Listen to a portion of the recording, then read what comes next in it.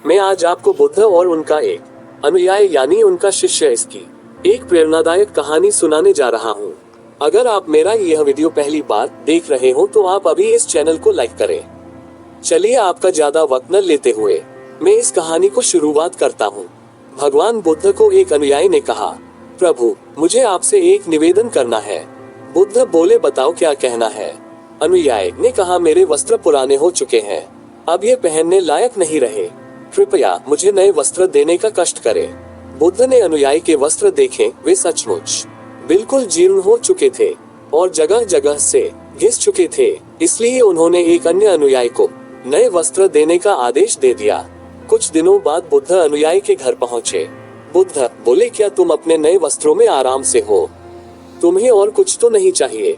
अनुयायी ने कहा, धन्यवाद प्रभु, मैं इन वस्त्रों में बिल्कुल आराम से हूँ और मुझे और कुछ नहीं चाहिए। बुद्ध बोले, और जबकि तुम्हारे पास नए वस्त्र हैं तो तुमने पुराने वस्त्रों का क्या किया? अनुयायी ने कहा, मैं अब उसे ओढ़ने के लिए प्रयोग कर रहा हूँ। बुद्ध बोले, तो तुमने अपनी पुरानी ओढ़नी का क्या किया? अनुयायी ने कहा, जी मैंने उसे खिड़की पर पर्दे की जगह लगा दिया है। बुद्ध बोले, तो क्या तुमने पुराने पर्दे फेंक दिए?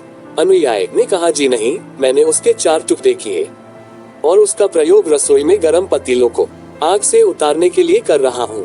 बुद्ध बोले, तो फिर रसोई के पुराने कपड़ों का क्या किया?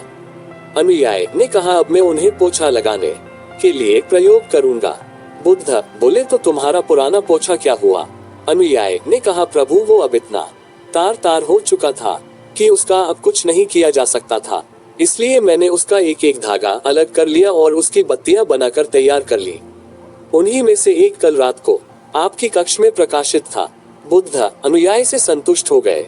वो प्रसन्न थे कि उनका शिष्य वस्तुओं को बर्बाद नहीं करता और उसमें समझ है कि उनका उपयोग किस तरह से किया जा सकता है।